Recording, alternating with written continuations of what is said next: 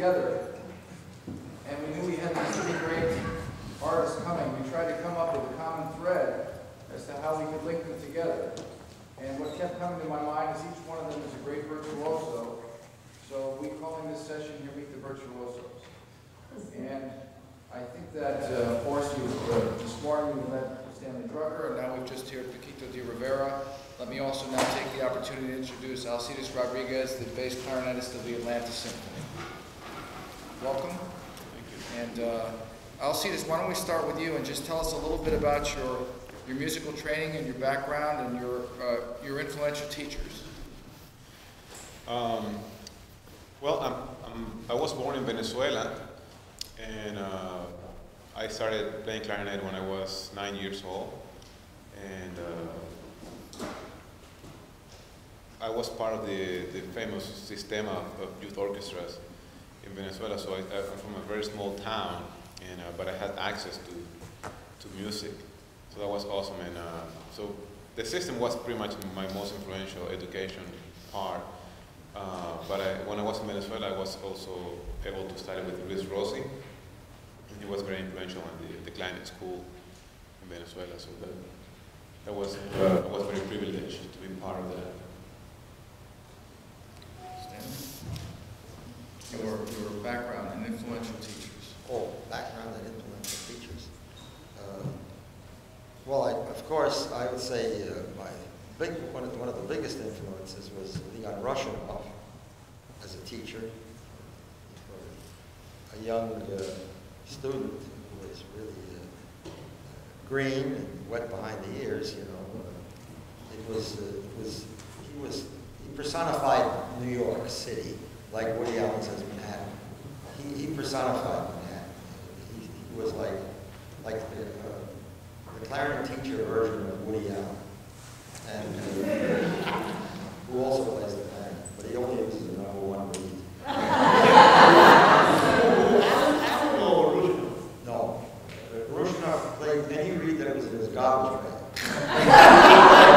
What was interesting about him was that Rushinoff was that he could pick up anybody's setup, mouthpiece and reed, and sound great on any setup. Didn't matter what it was. Must have had some kind of a magic embouchure of some sort. But and he always could whatever was around, he could pick up and play. Woody Allen has a unique tone. I mean, if you want to call it that, I mean, it's very unique. It's a sound. Yeah, you know, he's all right. He's very enthusiastic. I'd say another influence in early years was somebody, Simon Kovar, who was a bassoon player who wrote some very good studies that were transcribed for almost any instrument, bassoon, clarinet, it didn't matter. And he was a member of the New York Philharmonic many years before. He was probably the most well-known bassoon teacher of his time. But he taught the people the music that played other instruments. And he would be descriptive in his work. He would describe a vision of something or a place or a feeling and get you to get into the meaning of the music. See, for him, it was the meaning of the music, not just notes. And he was an influence. At Curtis, I studied with a very lovely man for the year I was there, Bernard Portnoy, who was in the Philadelphia Orchestra for a period of time, and he was a very fine person with a good personality. He was a little occupied, I think, because he was in the Merchant Marine at the time, and he'd come in on Sundays to give the lesson to the 4 students of the Curtis in uniform. And I think, if I remember rightly, everybody got the same 2 pages of the close-A characteristic studies, and probably everybody got the same mark, B+. The other person that was a big influence there was Marcel Taboteau. Now, this man was a master musician. who he was probably the most famous, the greatest oboe player of his time, and he directed the ensemble. And he was very hard on his own oboe students, but he was nice to the rest of us. I got an A. But no, I don't think any oboe player student got anything higher than B plus. But those were great influences. When I started playing professionally, it's what I heard. People like Al Bush and Rudolf Serkin. They were influences because of what they did, how they played the music, ideas. So I'd say those were the major influences of my early stuff. I think I mentioned that my father was a classical saxophone player. So he played for me at home. He loved Stan Getz and Bless the Young. So since a very early age, I was exposed to many, many different types of music. I didn't know the difference between, my father loved Mario Lanza, for example. I didn't know too much about the difference between Mario Lanza and Celia Cruz. But just music. He played music for me. And he used to play, in order to confuse me even more, he used to play Benny Goodman playing his rendition of the Mozart Concerto back to Benny in Carnegie Hall, live with his big band. So for me it was just music.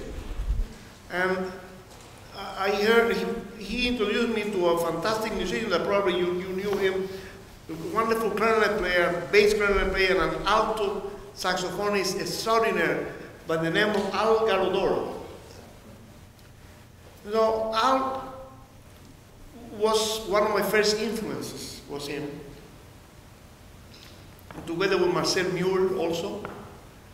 And I had the pleasure to meet, never met Muir, but I met the Galodoro when he was 90-something and still playing fantastically that saxophone. So another of my influence was, of course, Benny Goodman. And like Ron Carter say, anyone that plays good. You know, sometimes you find kids, you know, young people. Midori, for example, that wonderful violin player. I remember that I went to the 75th anniversary of Leonard Bernstein, I think. I probably were there. We were celebrating his 75th or something, or 80, I don't remember. One of those, not 80, no, he didn't last to 80. Rostropovich was there, and everybody came to that thing. And then he introduced Midori and he said, you see this kid here? He don't progress. I met her when she was 10 years old and she was playing exactly like that. So what I mean is that it's incredible how you can find not only great famous players like Stanley Drucker, you know, you can find even kids, you know, that scare you to death.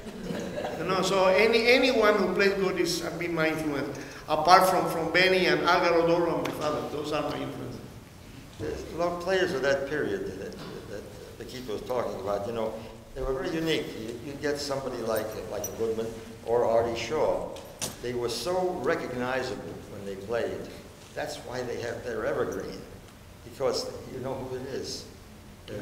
Now Goodman and Shaw were very different. Different types of people also, but they each had something very special that was recognizable immediately. Like Heifetz playing anything on the violin, you know it's Heifetz. It's no question. So those are the kind of talents that'll be around forever because they are so unique. And we have had the chance to play with some of those great. There is a genius of a teacher by the name of Suzuki, Shinichi Suzuki, the person who invented the Suzuki method to play the violin.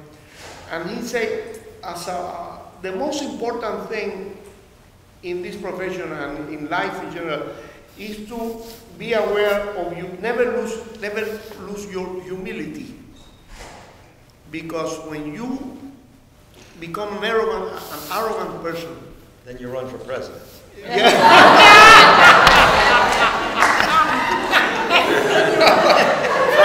And you win. You win.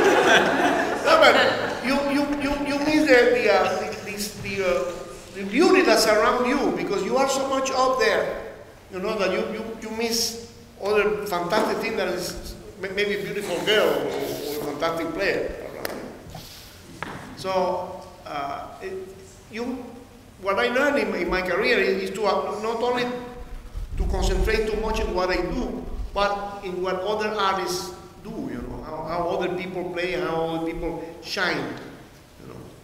Yeah, I would say that's very important. Like some of the singers have been, for example, my teacher at Northwestern, Ross Dagan, who was a big influence on me too. He loves Ella Fitzgerald. Oh.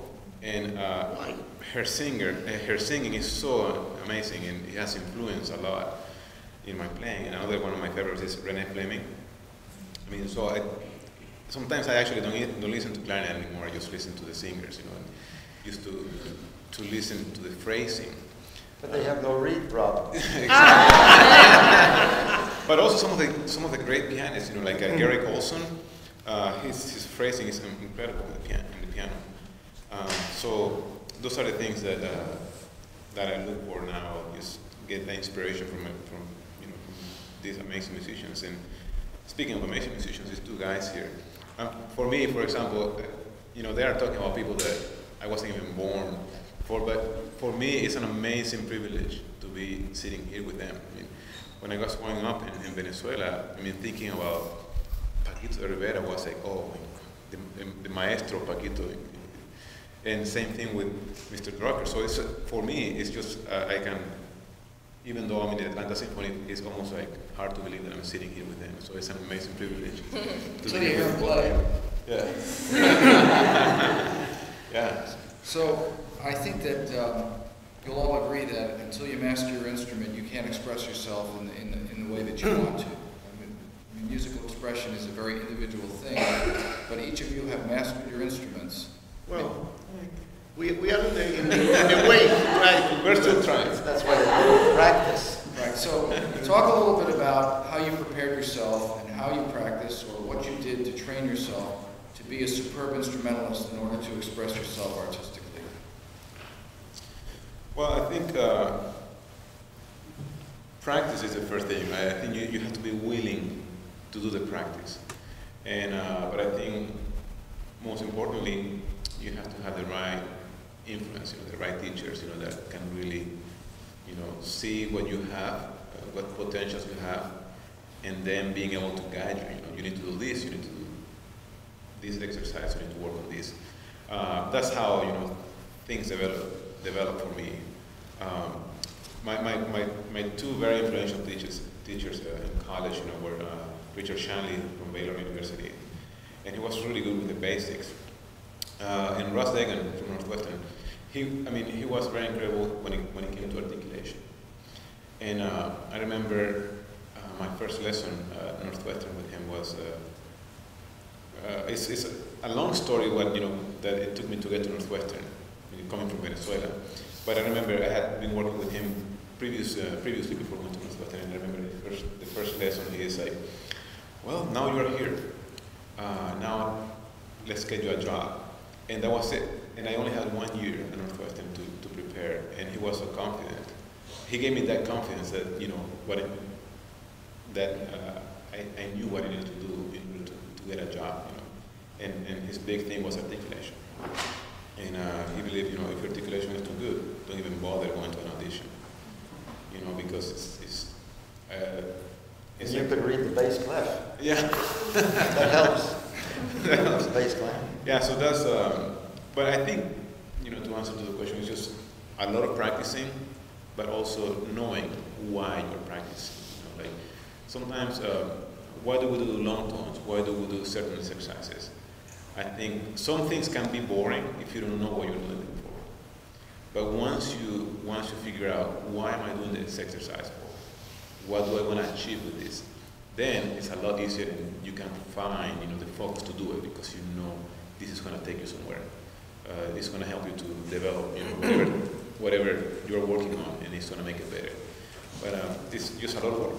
There's not a shortcut. It's just a lot of work. How do you get to Carnegie Hall?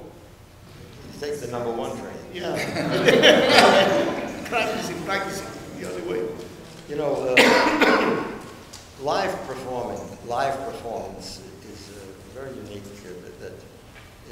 The best live performances, everyone is different of the same piece.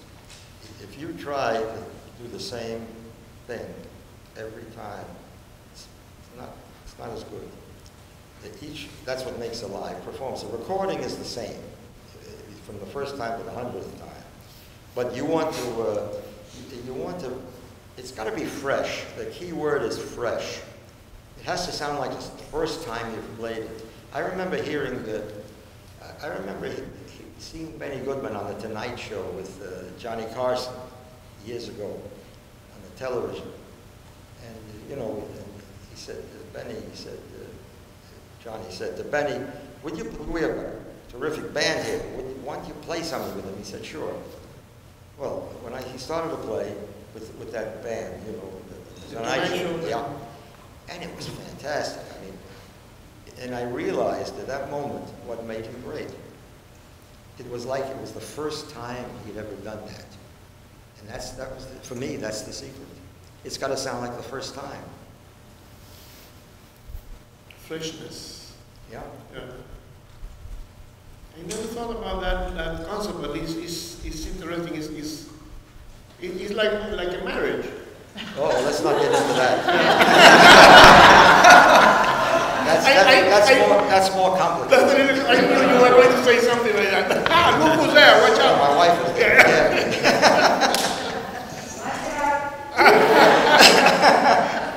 So I think, Stanley, you said it in your master class this morning that ultimately someone is going to sound like themselves no matter what they play on. Right. But I know that everyone in the audience wants to know what you all play on. So Okay. would you tell us about your setups? Okay. I play a buffet clarinet, #1. Why? Me too. Why? Because, I'll tell you why. They don't need my advertisement, but when I started to play, the two big names were Buffet and Sub.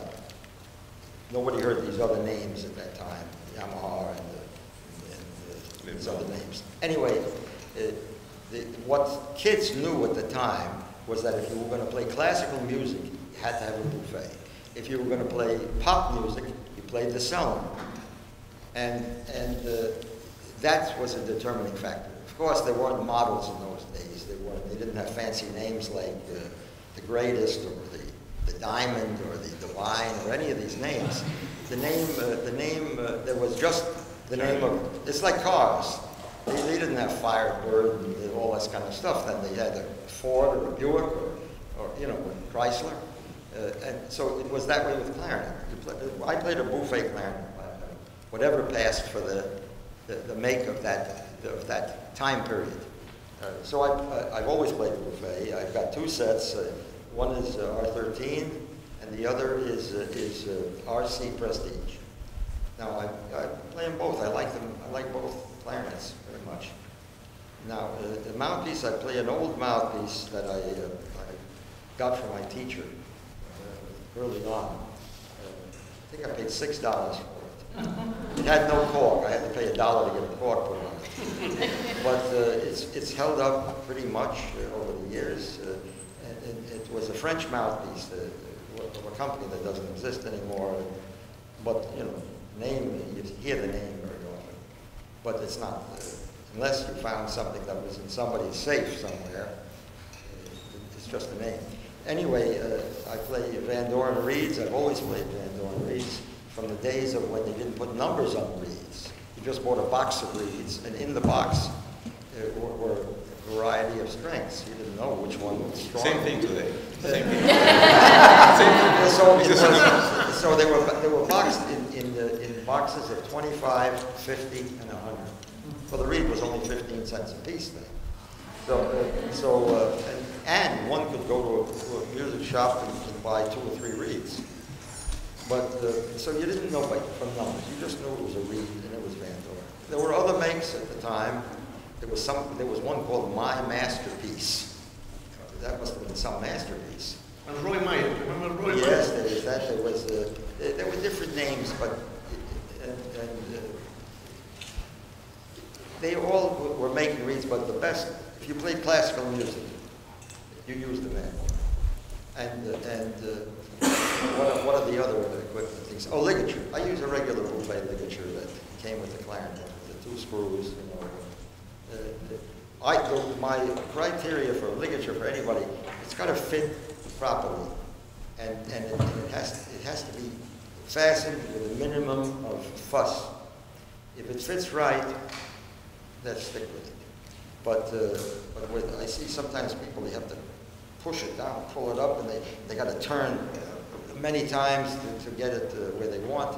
It's not as good. It's got to be very normal. And then again, if you're playing in an orchestra where you have to change clarinets often from A to B flat and back, you don't want anything falling off. So that's a consideration. But I basically I'm happy to try anything that anybody has invented or is saying there's some improvements. I'll try everything. But I've not been a person that played like for instance the mouthpiece. There's one fellow around that changes the mouthpieces every week or something. They call it mouthpiece du jour. And I never was like that. I played, generally the reed was the big effect. The good reed, you've got it. Most of it covered. It's the reed. It's always the reed. But you want to have an instrument that's well, mechanically well in shape. You want to have something that's today it's easier to play. To have an instrument that's well in tune because they're made so carefully. Years ago it was very different. The joke in going around years ago was that if you buy an instrument in France, make sure it was made before lunch. Because after lunch they started the Kier, and then the white wine, then the red wine, then the cognac. And then when the guy came back to drill the holes, which weren't done by computer then, he pressed a little harder because he couldn't feel his fingers. So I mean that was something they did, and the old mouthpieces that everybody says, oh, I'm looking for something, something like this. They were all finished by hand. So even if it had the name on it, you had a variety of things. I don't care what it said on it. It depended on how it was finished by fingers and hands. And so everything was sort of hit and miss. Now the clarinets, years ago, they always had a beautiful sound, the buffet, always. But in a long time ago when I was a child, they had great middle register. The sound was beautiful.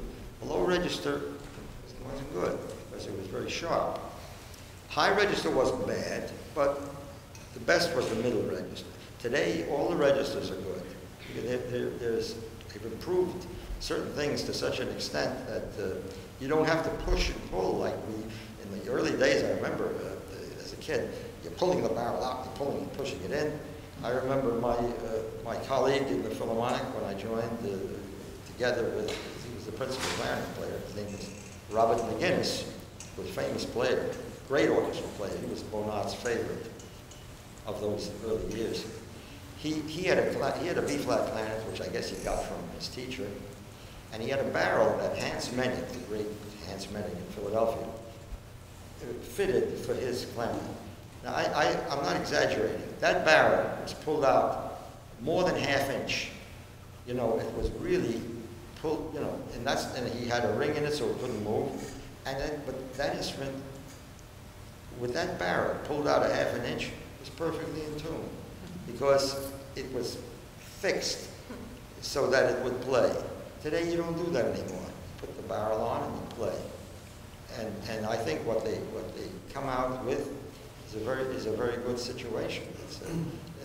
I heard people, they changed the barrel, they changed this, but the bell or something, and it really doesn't improve. It does not improve. It's the original, the guy that overseeing the artistry in those factories. You rely on his expertise, and I find it always sounds better with the original. If you've selected a good instrument to begin with, or somebody selected it for you, the instruments are made well into it. There's no pushing and pulling anymore. That's out. I agree with that. If you have to push and pull, you're playing either the wrong mouthpiece or you pick the wrong instrument. Yeah, the newer instruments I have tried. I used to play, Hadash barrels and Manic barrels, and right now I have a newer set of instruments, and I'm using the stock barrels because I feel that they were selected. It feels better with the stock barrel. I'm not even bothering about Manics or Hadash. Well, Manic barrels were, when Manic was alive, yeah. He didn't pick it just because he wanted his name on it. He picked it because of the sound, the wood. Yeah. And those were very carefully he knew the bores. He had all kinds of manuals, and when he let it out of his shop, because he always kept the instruments for a while when you ordered an instrument from him, to make sure it was what satisfied him.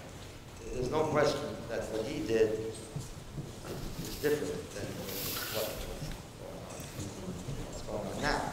But I would say with equipment, it's good to know what's out there, to try everything.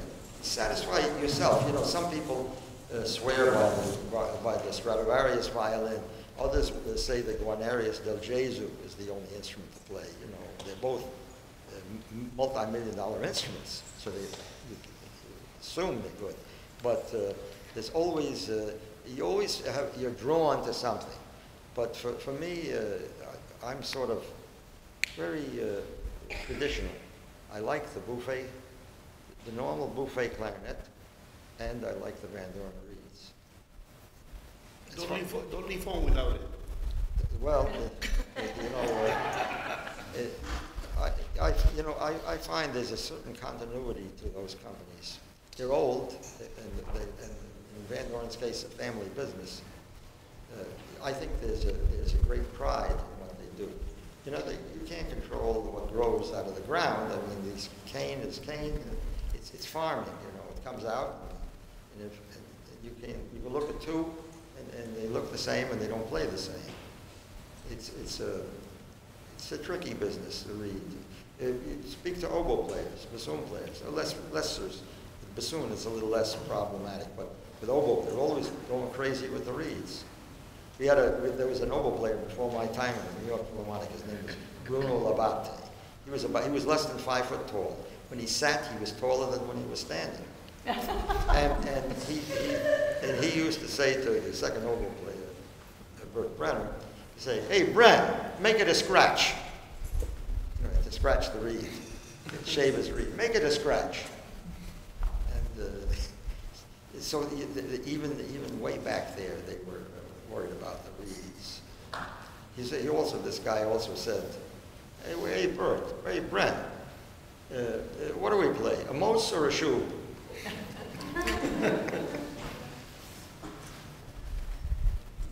Alcides, tell us about your setup. Well, my setup, because I play bass clarinet and clarinet. On the bass clarinet, I'm going to start because it's simpler for me. I use it's a buffet clarinet, buffet bass clarinet. I think, not necessarily because I'm a buffet artist, but I think the buffet bass clarinet is pretty much the best instrument. The mechanism just feels awesome. I think it's the closest thing to the clarinet in terms of how it feels. I can play, I can feel that the mechanism is as close as the clarinet. So I play a buffet bass clarinet, and I play a Richard Hawkins mouthpiece, and a Vandoren reed and ligature. Right now I played one of the newest ligature, the Masters ligature. I think it's great for the bass clarinet. And I use it, they have 4 platings. I use the black one. For me, the black one works the best. For clarinet, I play buffet, and I've been playing R13s for all my life until very recent, a year ago I changed. Now I'm playing a festival for B flat and a vintage for A, but still buffet. And I use a Bakun mouthpiece, a P model, and I use Vandoren reeds and a Vandoren ligature. I use an Optimum. ligature for the clarinet. And you know, what I have to say about equipment is, yes, I have experimented with a lot of things, and you know, my conclusion after going crazy about, you know, I have played different mouthpieces, different reeds, and I always come back to the very basics. You know, I always come back to Vandoren. I mean, I grew up playing Vandoren. I grew up playing a B45 mouthpiece, you know, and I have like going around, and it's like I've done a big circle, and then I come back, and now I feel like, you know, I have this, and I'm happy with this. I don't even want to try any new stuff, because you know what happened. You know, Larry Combs told me something once. You know, something that really was very influential to me. He's like, you know, you're always gonna sound like yourself, no matter what mouthpiece you play, no matter what you play. And if you record yourself when you practice, and you record yourself, you know, play 10 different mouthpieces, 10 different reeds, and you're gonna hear that you sound like yourself. And when he told me that, it's like, that's true. And then at that moment, I just didn't worry about that stuff anymore. Same thing about, you know, playing or looking for a, you know, as a clarinetist, we never want to sound bright. You know, we want to have a dark sound, you know. And at least, you know, in the symphonic world, or the classical. And a lot of students, you know, we spend a lot of time trying to, looking for that dark sound, and we go like length trying to find, you know, like asymmetrical mouthpieces, playing really hard reeds. And again, record yourself, play, you know, put a really hard reed on, and put a softer reed that you feel that is bright, record it, listen, and you're gonna listen that is pretty much the same thing. And it's all about feeling, you know. That's another thing that you need to start trusting. Because sometimes, you know, and that's why recording is so important. I highly recommend that you record, you know, practicing when you really want to hear, you know, what it sounds like. Because when we play, we have this idea of sound in our head, but first of all, we have something inside our mouth. Have you ever tried playing with earplugs? Try that. You know, put earplugs on and play the clarinet, and you hear the vibration inside your head. Awful. It's awful. It's awful. So imagine that, you know, when you're playing, you're listening, you're hearing to that, and then you are hearing the sound that's just coming back to you. So that's why recording is so important. So, you know, about equipment, just play something that's comfortable for you. Don't go nuts trying to find the perfect thing, because it's never going to happen. You're never going to be happy with the mouthpiece or the reed, because everywhere it's going to be different. Every day is different, hotter, cold, you know, humidity is low, high. So just find something you feel comfortable with, and just work on it. And so I would like to think that I'm very happy with my equipment, and right now I'm very reluctant to try new things, because you're always gonna, every time you try something new, you're always gonna like it. Oh, this is awesome. And then you go through the process of getting used to it, and then the same you are again. You know, looking for reed, for a mouthpiece. It's the same thing over and over. I'll just add something to what Alcides said. I think all of the makers, all of the companies that are in this field, they're very ethical.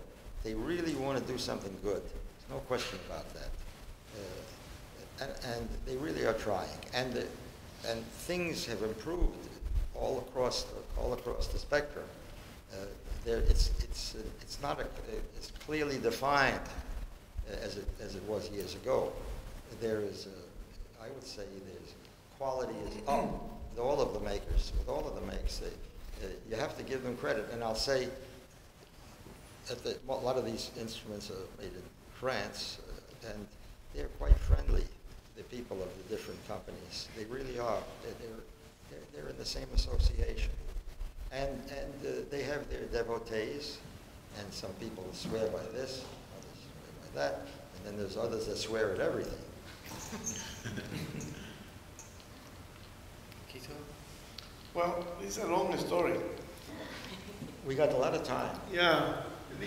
My father was a Selmer representative in Havana, BC, before Castro.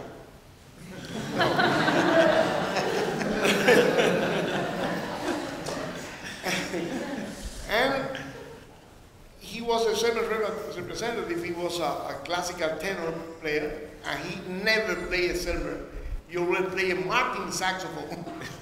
Of course, he never told the Semper company that I play Martin saxophone with the Ronion mouthpiece and a Rico Reed and Roy Meyer too. Roy Meyer, remember those? Sure. The Roy Meyer.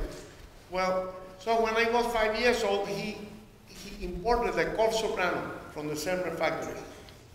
Still, I have that instrument. Very much in tune for a soprano. Not for the normal instrument, but for a soprano was good enough. Then I played Semmers all my life until, and then when I was like 10 or 11, he gave me a Selmer clarinet, a cover hole Selmer clarinet. That instrument is now in the Smithsonian Museum. And then he imported another one, but I learned to play with what Al Galodoro called the smart man clarinet. You know what we're talking about, right? The articulated G sharp on the 7 rings. Yeah, on the upper front you have an articulated G sharp. Articulated G sharp like a saxophone. And a B flat here, I don't have to put do-dee. That's right. You can just lift the middle finger. The middle finger, that doesn't look too good, you know?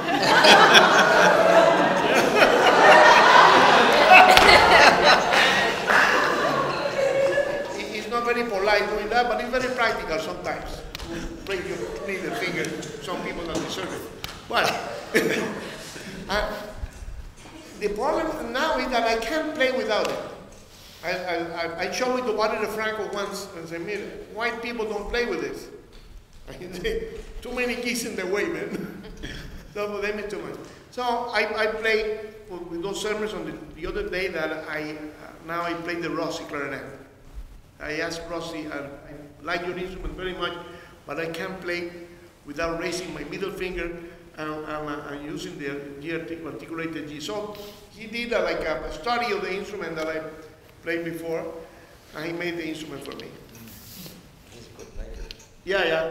So I have like 4 or 5 of these. I have a C, an A, and 3 B flats. So I use a mouthpiece, which is I use. You probably remember this guy called Milton Moscovich. Sure. Milton Yes, Moscovich. he's a clarinet player. Yeah, clarinet player in the ballet. He played second clarinet In the ballet. Yeah. So he gave me a Ria. The Ria is an Italian mouthpiece. Glass? Glass mouthpiece, only glass. And then I have the curiosity to have a copy of that Ria mouthpiece in hard rubber. And I found like Rossi recommended me a guy called Heinz Viotto in Germany. He said, tell this guy who made you a mouthpiece out of what they call a Zimmerblank.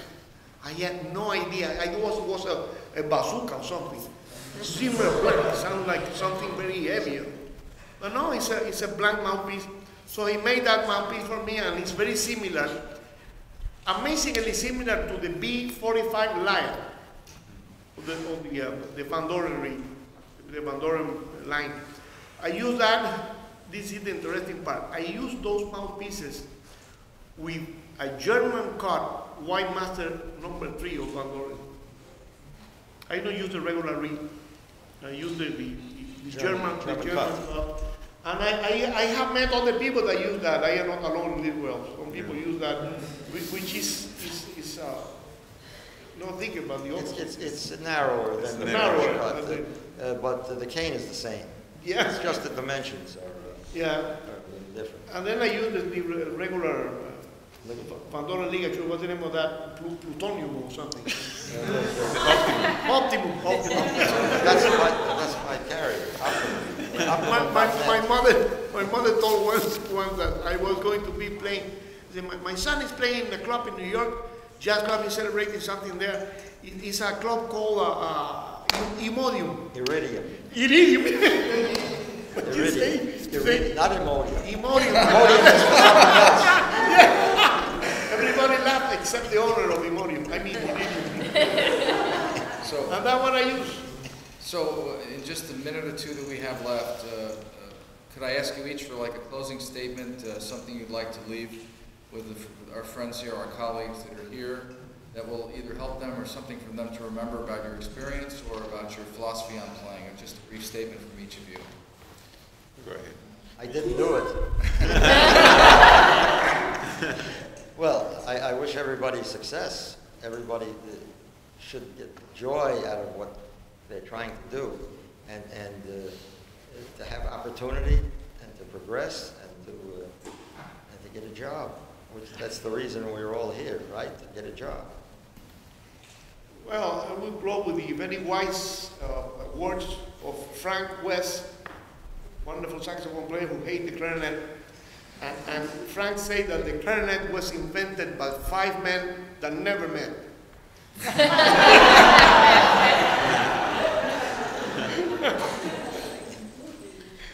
Well, when you say, you know, follow your dreams, work hard, and just go for it. I think it's it's worth doing. You know, I think music is beautiful, and just practice hard, and get the information you need. There's a lot of information out there, and I would say, just open your vision a little bit. Don't just focus on the clarinet. You know, listen to jazz, listen to singers, read a book about phrasing. So just because all that stuff is really gonna, help you grow as a musician. As a musician, not as a clarinetist. Because ultimately, you want to be a musician. You don't want to be a clarinetist.